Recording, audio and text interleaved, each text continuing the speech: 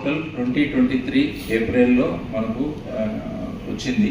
So అప్పటి నుంచి కూడా పోలీస్ డిపార్ట్మెంట్లో ఈ సెల్ ఫోన్ని రికవరీ చేసిన తర్వాత విక్టిమ్స్ని ఒక చోట పిలిపించి వాళ్ళకు హ్యాండ్ ఓవర్ చేయడం జరుగుతుంది.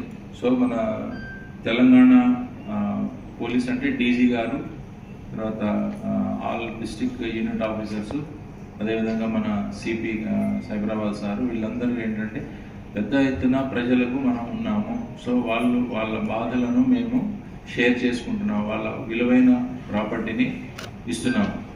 ఒకటి మనం ఏమవుతుందంటే మామూలుగా మనకు సెల్ మనం పోతుంటే ఒక సెల్ దొరుకుతుంది, మనకు ఎక్కడ ఒక సీట్ మీదనో మామూలుగా రోడ్డు మీద దొరుకుతుంది. జనరల్గా మనిషి హ్యూమన్ టెండెన్సీ ఏముంటుందంటే తీసి జేబులో పెట్టుకుంటాం, ఎందుకంటే జర కాస్ట్లో ఉంది, నేను వాడుకోవచ్చు అని అనుకుంటాం. కానీ అతనికి ఈ టెక్నాలజీ ఉంది, దీన్ని ఇట్లా పట్టుకుంటారు అని చెప్పేసి తెలియదు. ఇప్పుడు మేము మీ ఫోన్ని ఎట్లా ట్రాక్ చేసినాం అనమాట. ట్రాక్ చేయడం వల్ల అతను ఏం చేశాడంటే మీ సిమ్ తీసేసి ఈ సెల్ ఫోన్లో వేరే సిమ్ పెట్టి యూజ్ చేసుకుంటున్నాడు.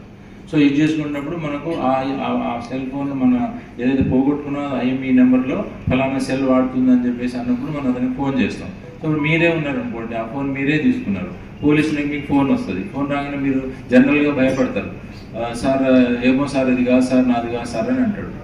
అన్నప్పుడు ఆయనకు ఆటోమేటిక్గా సైకాలజీ తెలిసిపోదబ్బా ఇదేదో ఉందిరా పోయి ఇదేదో దొరికిపోయినట్టుంది అని అనుకుంటాడు. అప్పుడు మనం ఏంటంటే అష్యూరెన్స్ ఇస్తాం వాళ్ళకు, ఏమని, బాబు ఇది కేసు రిజిస్టర్ చేయట్లేదు, దొరికిన సొమ్మును మాకు ఇచ్చేస్తే చాలు అని చెప్పేసి అంటారు. సో ఈ విధంగా ఏమవుతుంది అంటే మనిషి నేను దొంగతనం చేసినా తెలిసిపోతుంది అనే ఉద్దేశంతో చాలా వరకు మనకు రికవరీ కాలేకపోతుంది. సో వాళ్ళు ఏం చేస్తారు, కొంతమంది షాపులో అమ్మేస్తారు, ఇది నా పర్సనల్ నెంబర్ అని చెప్పి అమ్మేస్తారు, పర్సనల్ నాకు డబ్బులు ఉన్నాయని చాలా చీప్గా అమ్మేస్తారు. తర్వాత మేము ట్రాక్ చేసినప్పుడు అది ఆ షాప్ దగ్గర దొరుకుతుంది. అప్పుడు షాప్ దగ్గర దొరికినప్పుడు ఆటోమేటిక్గా వాడు లాస్ అవుతాడు కదా, సార్ నేను డబ్బులు ఇచ్చినా 4,000 ఇచ్చినా 5,000 ఇచ్చినా 10,000 ఇచ్చినా అని చెప్పి అనుకుంటాడు. సో ఇది ఒకటి మనకు ఛాలెంజ్ ఉన్నది సొసైటీలో.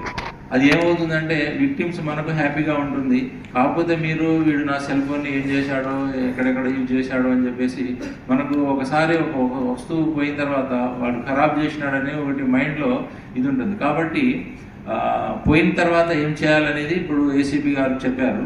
తర్వాత దొరికిన తర్వాత ఎట్లా ఉంటుందనేది అది కూడా మీరు చెప్పాలి. సో మీడియా మిత్రులు కూడా చెప్పేది ఏంటంటే ఇప్పుడు పోయిన తర్వాత ఇవ్వచ్చు ఆయన, ఎందుకంటే అతని వస్తువు కూడా పోయినప్పుడు అతనికి కూడా ఫీలింగ్ ఉంటుంది కదా, నా వస్తువు పోయింది, ఇంత కాస్ట్లీ పెట్టి కొన్నాను, ఎవరైనా గిఫ్ట్ ఇవ్వచ్చు, లేకపోతే అతనే సేవ్ చేసిన డబ్బుతో చాలా కాస్ట్లీ ఐటమ్ కాబట్టి ఇవన్నీ కొద్దిగా ఆర్థిక